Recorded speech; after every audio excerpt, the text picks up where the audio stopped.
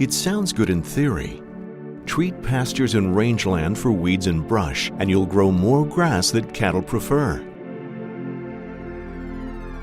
But Kevin Bradley doesn't take claims like that at face value. Bradley is an extension weed specialist and associate professor of plant sciences at the University of Missouri. He set out to prove whether or not herbicide treatments would change pastures enough to influence cattle grazing preference. He decided to let the cattle vote. I would walk out into a lot of pastures in Missouri with producers and see a lot of weeds and feel that we needed more pastures to be treated. And we would ask the grower if we could go into their continuously grazed paddock, put on a herbicide treatment for their weeds across half of that paddock. There was no internal fencing. The cattle had to have a choice. But really the collars are the important piece of the work. They have an indicator that tells us whether the cows are actually grazing or not, and that's critical. It's a head up-down indicator. It tells you how many degrees their head is up or down. Of course, the only reason a cow really puts his head past a certain angle is to graze. Almost always their first response is going to be, well, I don't want to remove my clovers or my legumes. Okay, we're removing the weeds, and when we do that, we're going to remove the legumes. And is that important to the cattle? Let's take a look at Bradley's results. This is a satellite photo of the study pasture. Cattle are free to move about.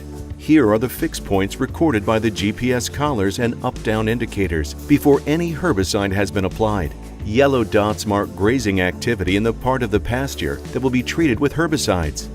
Blue dots mark activity in the part that will remain untreated. At this point, prior to weed control, cattle are grazing equally over the entire pasture. 1 month after application, cows are still grazing over the whole pasture in both treated and untreated areas. But 2 months after application, about 3/4 of the grazing activity is in the treated area. Cattle are beginning to vote. Here's what the two halves of the pasture look like. Treated on the left, untreated on the right. Close up, you can see that the untreated area consists of weeds, grasses, and clover.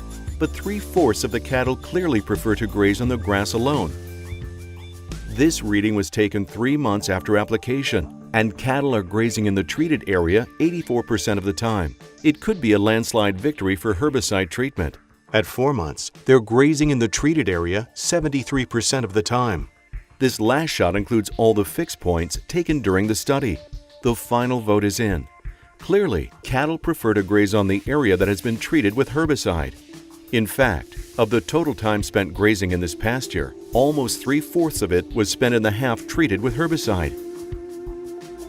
By 2 months after treatment on into 3 and 4 months after treatment, in all cases, we're changing their behavior. The cattle are starting to move towards the treated side. In a lot of our sites on the untreated side, where we didn't spray a herbicide, the weed component of that total yield would be 50% or more. The amount of seed that those ragweeds are producing back on the acre and how much longer that's going to be a problem and how that ragweed will eventually just take over that acre, our results are showing this is not only impactful for what you're going to see from years to come in your pasture, it's impactful from what grazing you're getting right now.